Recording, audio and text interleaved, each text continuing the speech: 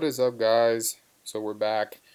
Um, Going through this video right now. We're in the process of removing um, some of the front components to be able to access the water pump.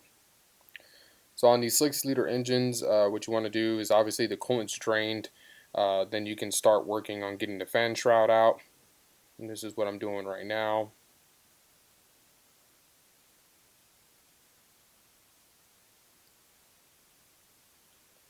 The fan shroud's basically just held in with some little clip things and a screw on the top.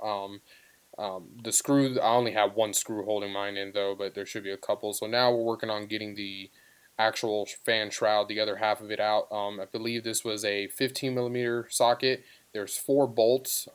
2 are on the top, and you'll be able to see them in between where the fan is. And right now I'm kind of looking at where it is.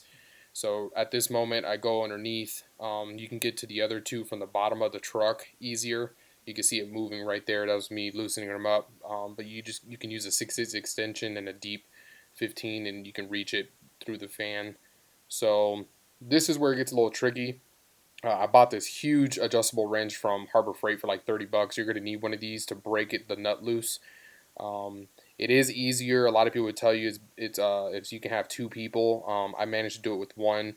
What I have is a breaker bar, and you can see there I have my sledgehammer and broke the actual wrench loose. Had the breaker bar wedged in one side, then basically tapped the adjustable wrench. So now you can start spinning off the fan. So what I'm doing is I'm holding the fan shroud as I'm spinning the fan off to be able to keep it centered, so it's not like wobbling all over the place.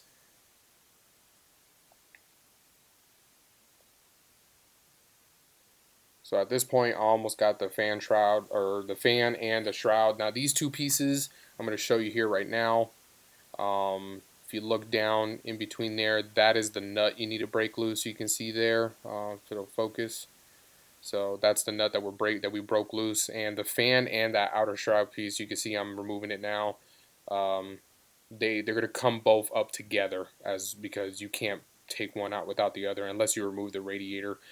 Throughout this entire process I left the radiator in place. There was no reason to remove it. You can work around it.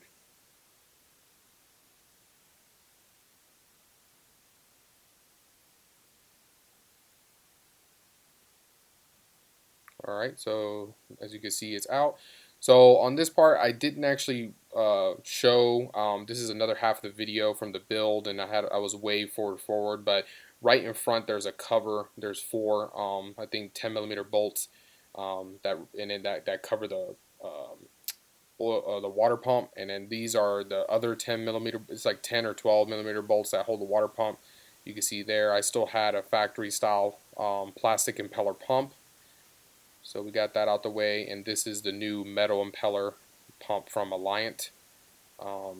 So far the truck's been running great. Coolant temperature holds right at 190, like perfectly, especially with the new coolant and these upgrades. So real simple. You just put the O-ring seal around it and put the bolts back in.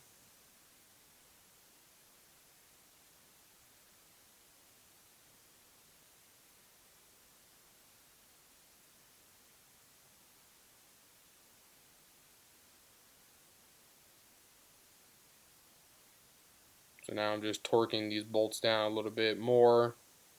Make sure they're all going in evenly. And this is the cover piece I was referring to. So this goes on top of the water pump, and as you can see, they're just like 4 little like 10mm bolts.